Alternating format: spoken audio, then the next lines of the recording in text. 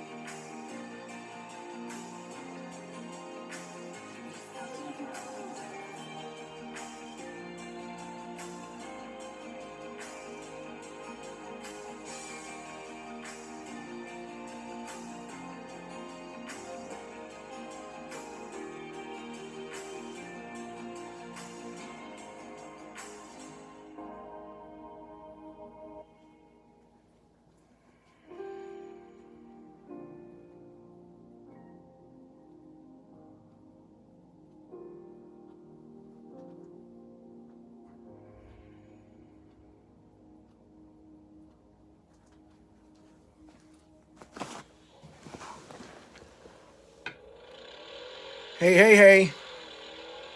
The Corvette clock says it's time to get started.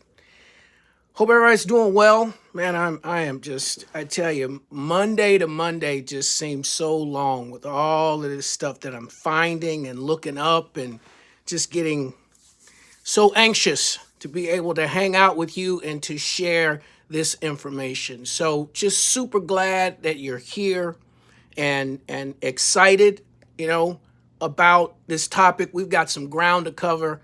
Welcome to the Jackie Jackson Ministries Urban Apologetics channel. I do believe, if I got it right, I'm learning new technology every week, trying to expand the things that I'm doing and playing around with music and all of that. If you've been watching the videos, you see that there are things that are changing. But I believe that I am streaming live on Facebook, and I believe that I am streaming live on YouTube right now.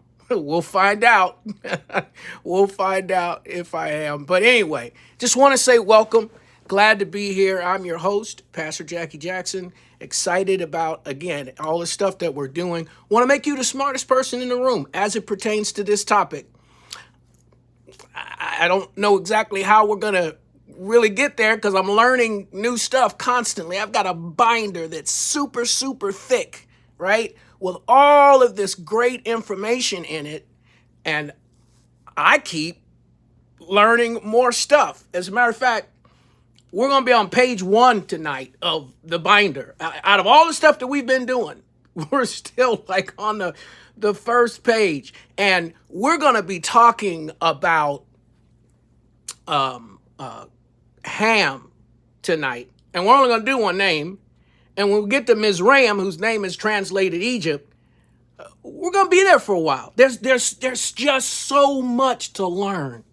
And I'm so anxious to have the opportunity to teach you the things that I've picked up on. So, again, welcome to the Man Cave. Welcome to the Urban Apologetics channel. It's always good to be with you, to be here, to talk about this stuff. And again, hopefully we are live on YouTube and fulfilling our purpose in that arena so that you have an opportunity to, just see it from all angles and other places. I like the fact that, we can make it stagnant when we're on YouTube, or if I place it on the Jackie Jackson Ministries Facebook, because then it doesn't move. On my timeline, you know how timelines work. There, every time you add something, it pushes it further down. But the Jackie Jackson Ministries Facebook is not set up like that to do that. So anyway, just glad to be with you.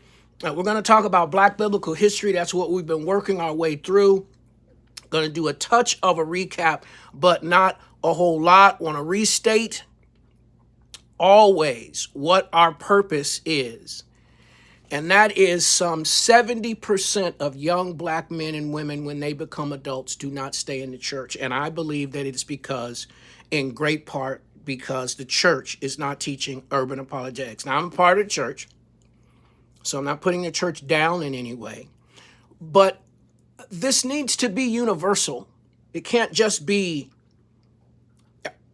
everybody needs to know this. It doesn't matter what your race is, right? Love everybody. First of all, make sure that that's clear, because people can easily try to, do the Spike Lee thing as an angry Black man. No. I just think that we need to write the story.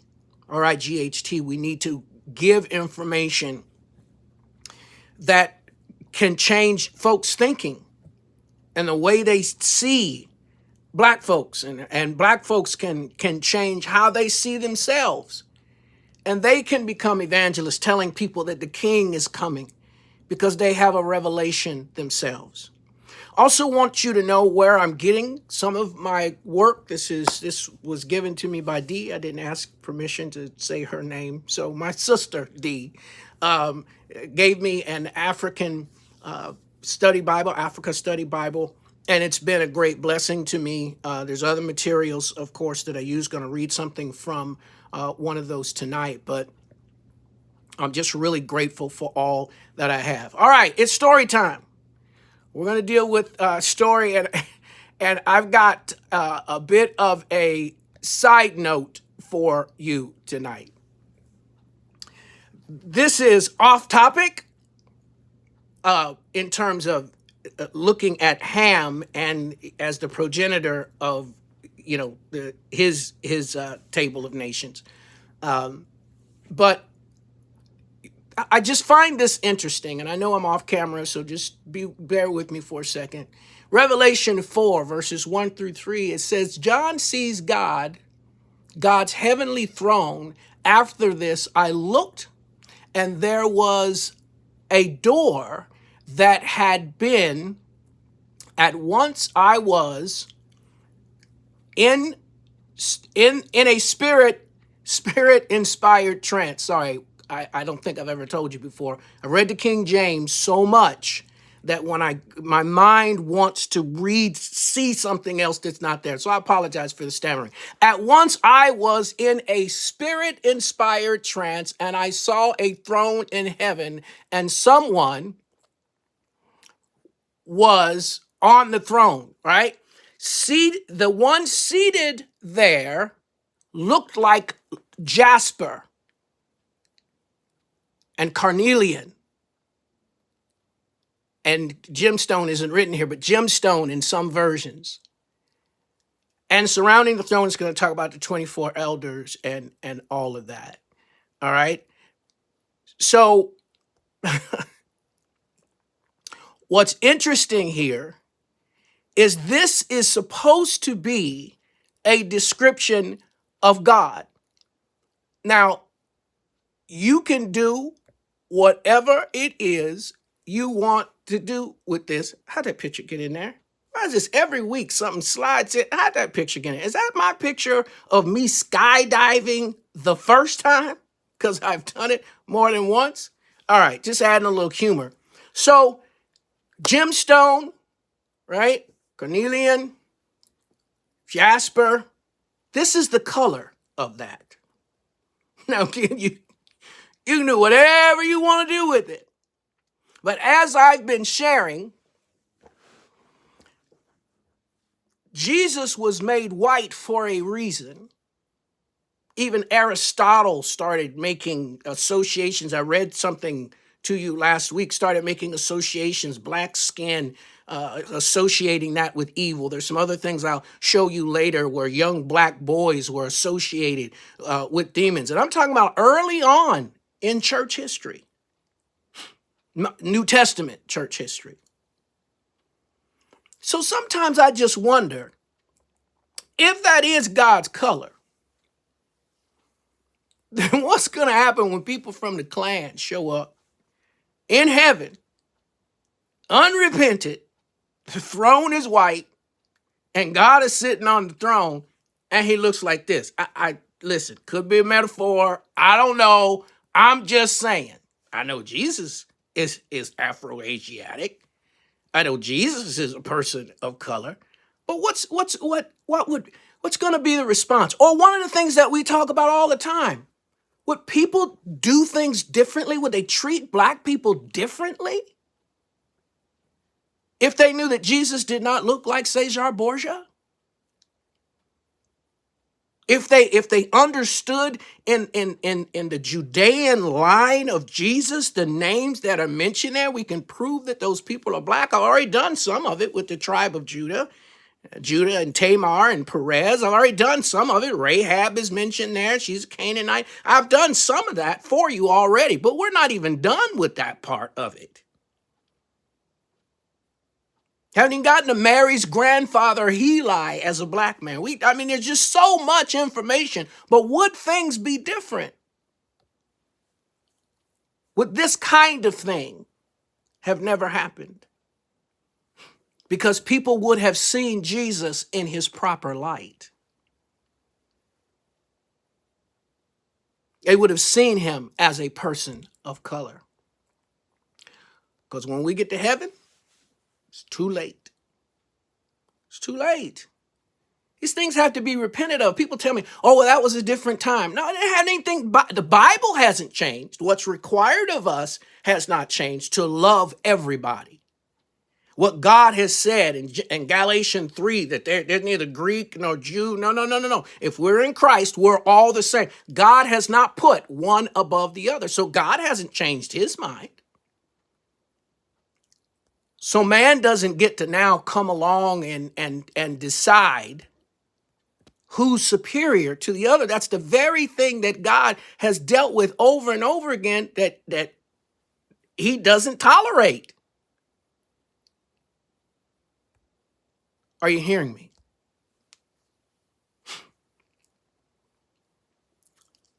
Shem, Ham, and Japheth.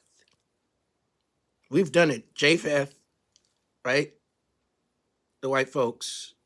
Shem, the people of color. And we've already shown some of the racial mixing. And we're going to go over pieces, not tonight. We're going to go over pieces, but we're also going to keep showing you things where there was so much mixing that historians and people of that time considered those people to be dark-skinned people. Not a race of black people. It wasn't looked at that way.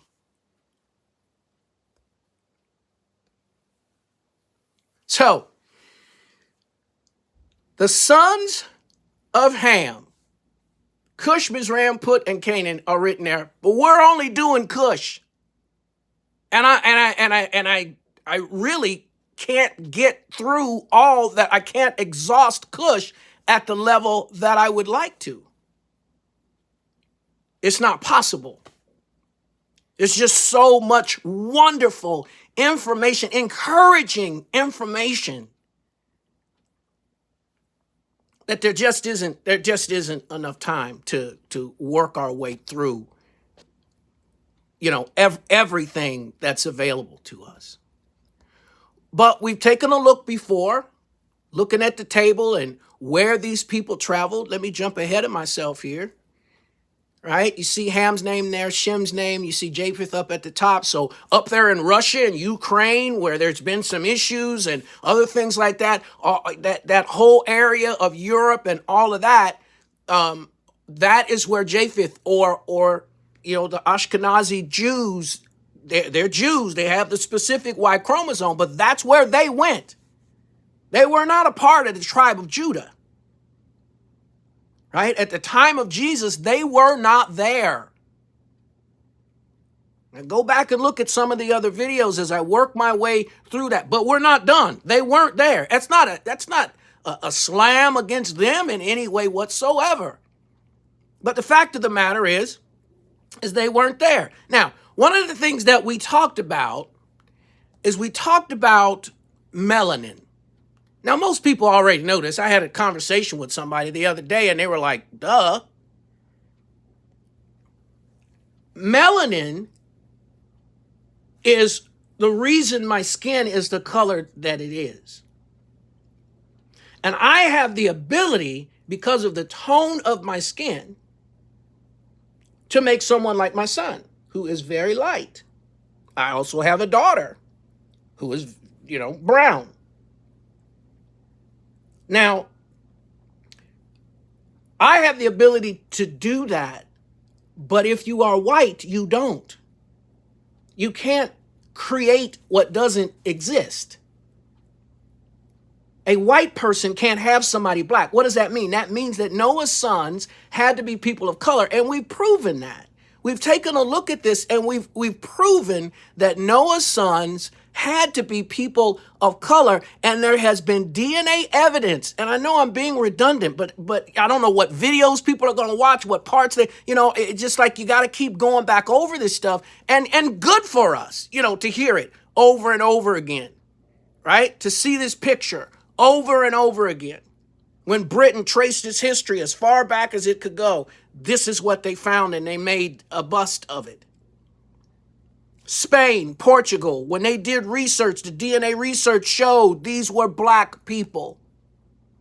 Oh, just stick with me.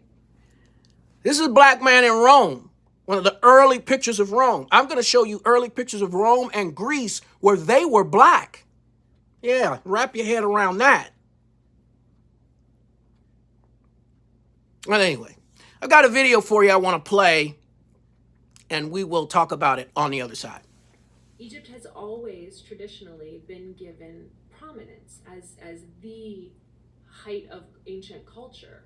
Nubia is now coming into its own and is being understood to be of equal importance. It is different from ancient Egypt, but it is equally important and not just an adjunct to this Egyptian culture. What archaeologists do when they pull material from the ground or when they translate texts, they bring their own cultural baggage to that interpretation and the baggage of the times that they live in. And so it's imperative that we go back and continually reassess the things that we take as facts. Many of the early archaeologists came to the study of ancient Egypt and ancient Nubia from the perspective of Semitic languages or the study of the Hebrew Bible. And it was very important to them to bring Egypt specifically into the sphere of biblical studies. And so they had to carve Egypt away from Africa to bring it into that sphere. And the way that they did that was they used race.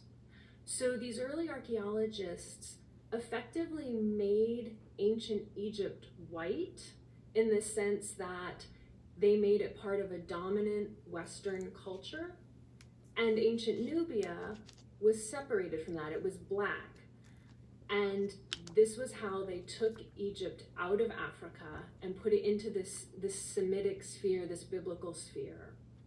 And it's only in recent decades, the last 3-4 decades, that Egyptology has really moved away from that. And scholars who are studying Nubia are really given the chance to give a voice to this Nubian material that it wasn't given much of a chance to have in the past. You know, it used to be a joke when black people used to say it's a conspiracy, right? We looked at it as something funny. Used to see it on TV shows, dating myself a little bit, back in the 70s. But it really was. It really was and is a conspiracy. I got another video clip that I will probably show you within the next few weeks that identifies just a person making a statement as to why that was done. It's on purpose. I'm encouraged by the number of white people that are coming into an understanding. Those that are scholars that are friends that have already understand. But I'm glad to be putting this out there because it's very important that we understand. I've told this story before. Let me go ahead and share this, and then we'll move forward with talking about Cushites, Ethiopians. There was a group of people, and I'll actually add Volney's quote maybe next time so you can see it. But there was a group when archaeology was new, fresh. They started studying and doing digs and things like that.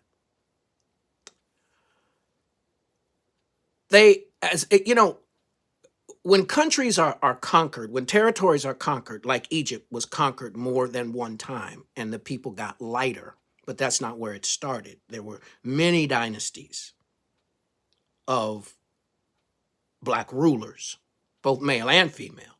Cleopatra was black. Cleopatra wasn't a white woman. She wasn't Elizabeth Taylor, like in the movie. It's not accurate. But as they continued to do research, they discovered that these people are black. So the people they're enslaving, that they had been touting as mathematic geniuses, scientific geniuses, astrological geniuses, business geniuses, these people that they are just esteeming highly, they discover are black. I had a meeting somewhere. I have this vague memory that it was Austria. I could be wrong. And they said, what are we going to do? Well, they decided to lie. Research leads you to the truth if that's what you want to find. It's just like the video just said. They had their own slant, so they had to make it a particular... There's no way these people could possibly be black. Black people aren't intelligent. Black people don't have the ability to do things like this. So there's no way. Here you are digging stuff up, looking at walls with black people all over them and sphinxes and other things with black features. And your response is, I don't see what I see. I don't believe what I see. Must be something else to it. Oh man, there's stuff that I've read that would blow your mind. How they took those people and made them. Well, just right in the middle of a sentence where clearly they're describing somebody who was black, they say they were Caucasoid at the end. Whatever, man. So the map on the top left is showing us we're not dealing with Mizraim, we're dealing with Cush and the territory he was in. But the question that we're asking tonight, who were they? Who are the Cushites? Well, the name Cush, whether you spell it with a C or a K, is synonymous with the name Ethiopia. It's the same place. Matter of fact, I got a scripture I'm going to show you that will identify for you that we're talking about same people, and that may not be something that's crucial to you, but it's important to me that everything that you see, we make it match. So, listen, this is the heart of tonight. I want you to pay attention. We're going to read something from Isaiah that is stunning when you look at it in its original language. And I hope you brought your mind and your energy tonight, because here we go, man. Downstream from Ethiopia, it says Cush in other version, lies the country of Egypt, swarming with insects. All right, these verses are going to be a little bit inverted, but I wanted to leave them both up. This is Isaiah 18, 1 and 2. Egypt sends messengers. Well, that's not going to work. Let me do this way. Egypt sends messengers up the Nile River and ships made of reeds. Send them fast to Ethiopia, whose people are tall and have smooth skin. Their land is divided by rivers. They are strong and brutal, feared all over the world. So whoever these black folks are, they're strong, they're brutal, right? They're feared all over the world. But what we want to pay attention to here, what needs to stand out to us, is this tall, smooth skin piece, right? These are like the Maasai, tall, smooth skinned people. And so we want to take a look, we want to define something here. Reading from the book you see there on the screen, a little bit of reading, but listen. Now, it's deciphering that verse, and it's saying that verse has been misinterpreted in the past by the misunderstanding of a few words. And so we're going to catch this thought as the author is talking. In the very same verse, we also read, to a nation tall and smooth of skin, the Hebrew word marat, M-A-R-A-T. Historically, many scholars have translated the same word, stripped and peeled. It sounds like these translators, interpreters, were thinking about a banana or maybe an orange. When you read that, what's the image you get? I won't even go into it. The images will be negative. The word actually means polished and furbished. It means polished to the point where all the impurities have been removed. Dr. Walker thinks God is referring to the melanin in black people's skin. Do you know what God is expressing to you here? When he created you, black brothers, he polished you until all impurities were gone so your skin would shine. God is bringing focus to the fact that you are beautifully and wonderfully made. It's a wonderful book and a great video if you can get your hands on it. You're beautifully and wonderfully made. So when God, let me run the whole gamut real quick. So God creates the earth, the man from the dust of the earth. We worked with that, right? He creates a black man, no white dust, right? And the dirt that's in Ethiopia, those 4 rivers that are flowing, can only be in Ethiopia. So we're all in the same territory right now. And so God makes man, and the man is a person of color. Look like me. Wasn't me, but looked like me. And when he rested on the 7th day, he left a black man in charge. Let's let that wrap around in your head a little bit. When the earth was destroyed, Noah comes. Noah's got melanin. So Noah is a man of color. Right? Unless a white person has a recessive black gene, they're not going to have a child with color. It is impossible. So, in the beginning, black. After the flood, black.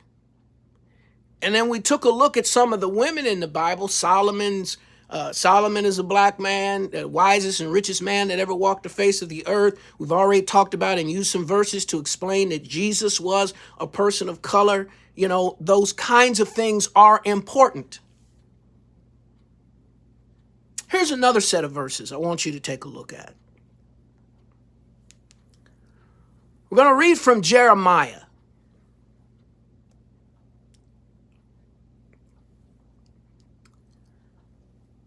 Now, before I read this, let me explain to you that Israel has sinned. They've sinned. They messed up. And God is explaining. Now, this is going to be a twist on this verse that people don't understand if you don't understand the history behind what God is saying and what the people of that time would have understood. Just like Jesus using examples of agricultural examples. Same kind of thing. And so the people of that time would have understood what I'm about to tell you. Can the Ethiopian change his skin? Well, we already know the Ethiopian is a black man. Or the leopard his spots. Then you as well can do good who are accustomed to doing evil. Same verse, same words, one change. Can a Cushite change his skin or a leopard his spots? Neither can you do good when doing evil comes naturally. He's talking to Israel about their punishment. But when he says, can an Ethiopian change his skin? No, I can't change my skin. Something would have to go wrong for me to change his skin. Or a leopard his spots. This is, man. So God, as he is using the black man as an example, he's not just talking about a leopard's spots and an Ethiopian skin. The thoughts are one and the same.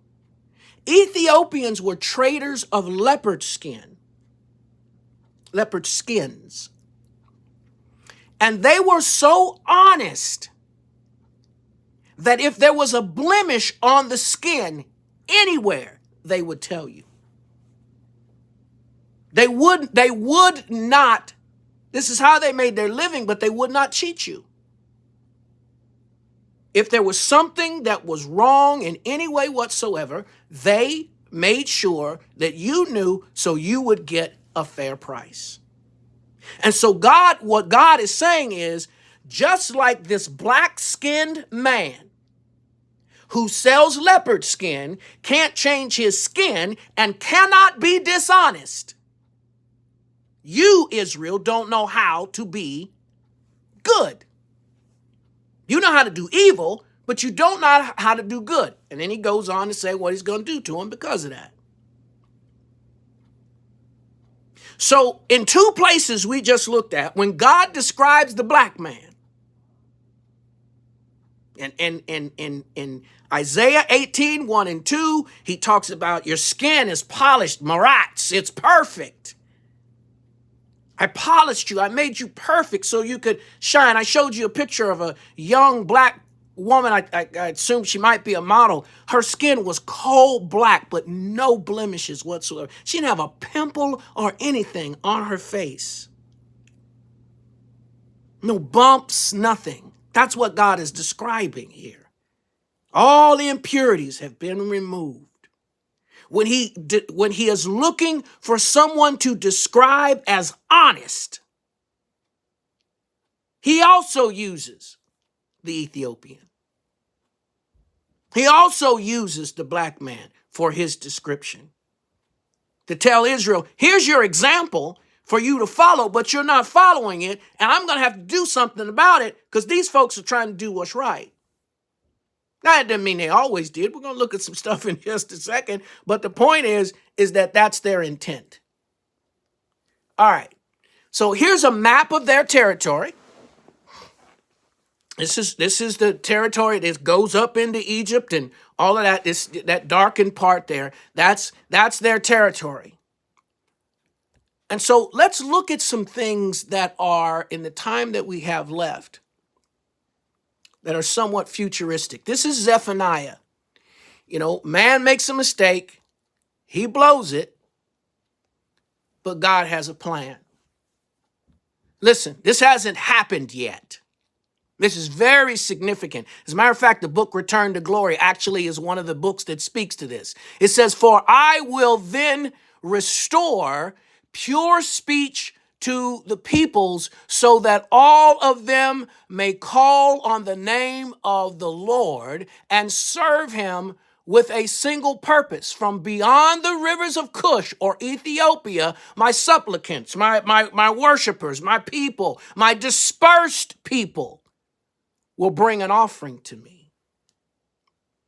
So God is saying in this prophecy, before it is all over, before I bring this world to a close, I am going to put the black man back in his rightful place, which is the crux of the book, Return to Glory. That's what they're talking about. The restoration of the black man back to his place.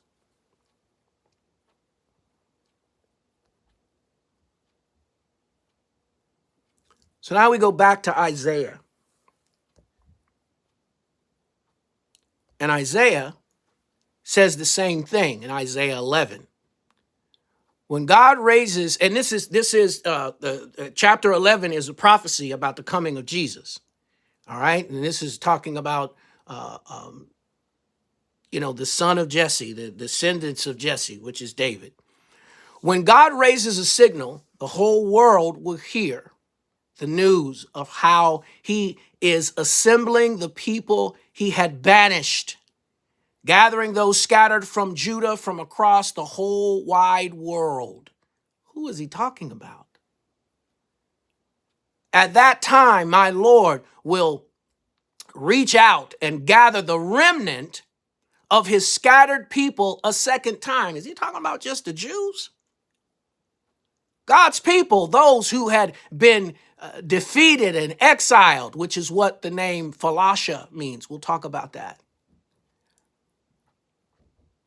They will make their way back from Assyria, Egypt, Pathros, Cush, Elam, Shinar, Hamath, and the islands of the sea. So the people of Cush are going to make their way back to God. Well, we see that. They're going back to Israel. We're going to talk about that in just a second.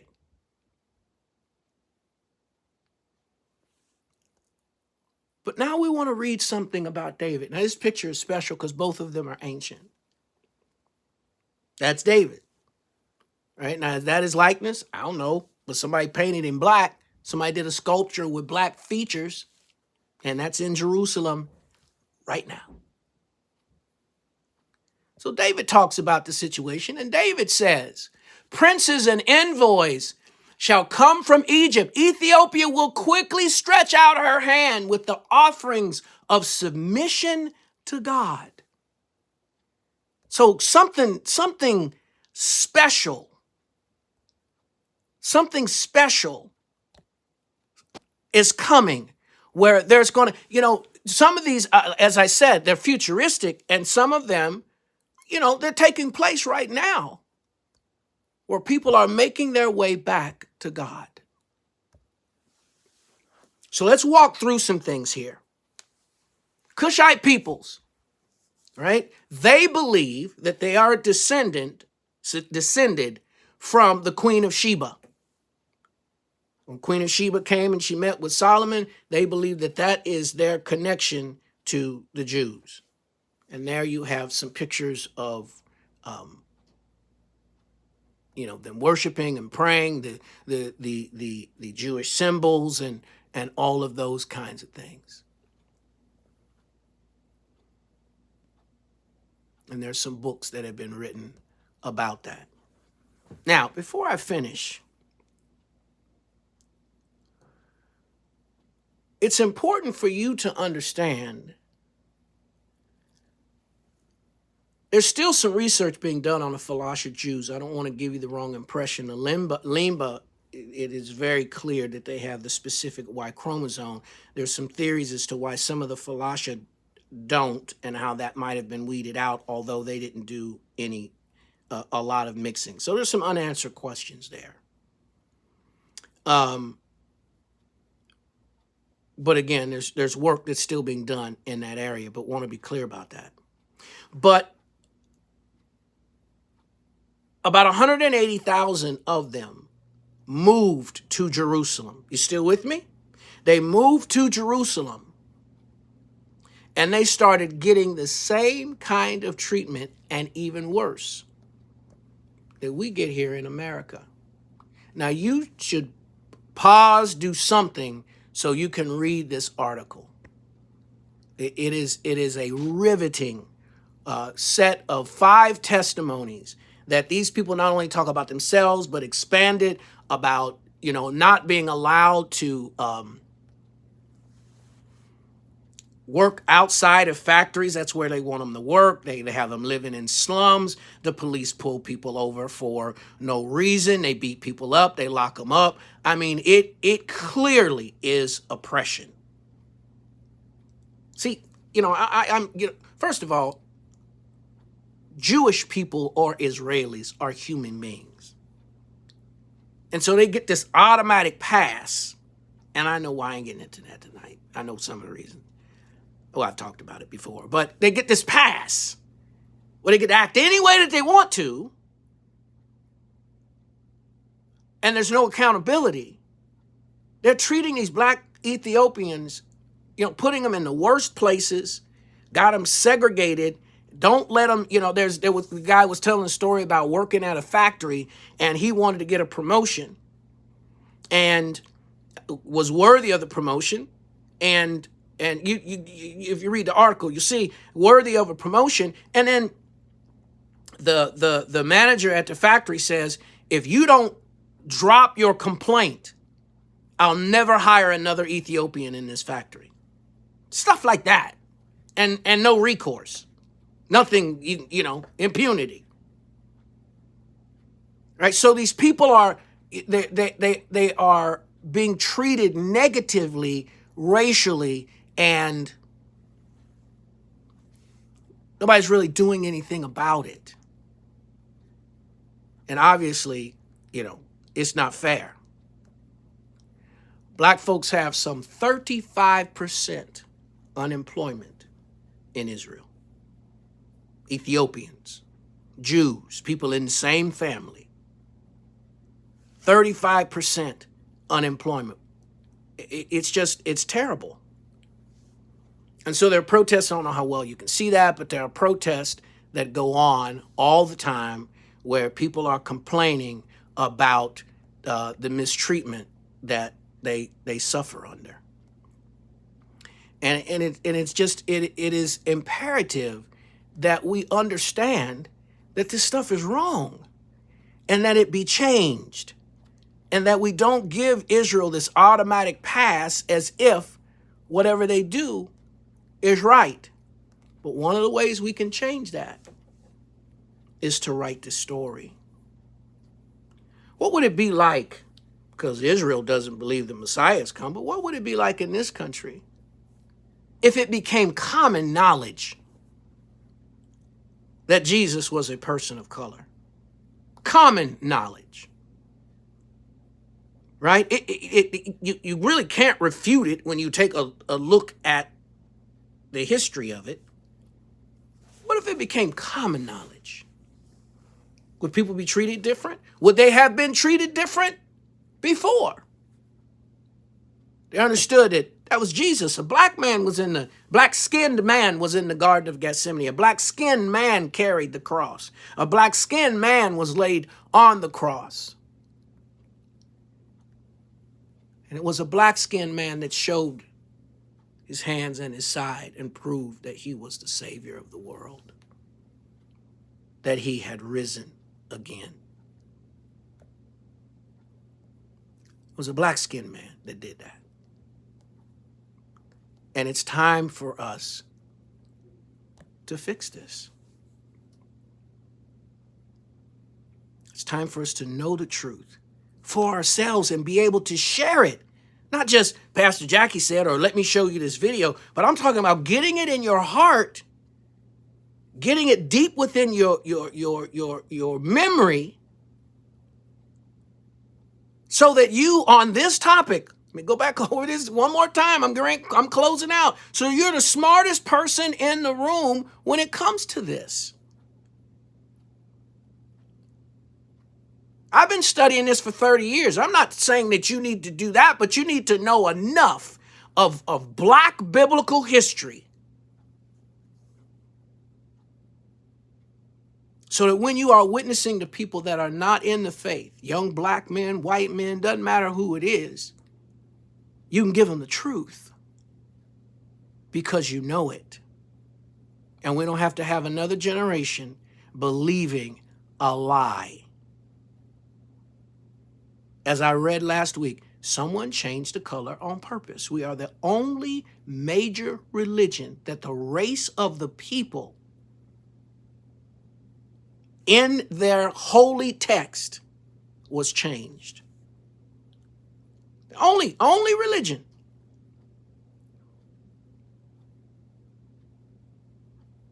I'm Pastor Jackie Jackson. May the Lord bless you. We'll see you next time. Bye-bye.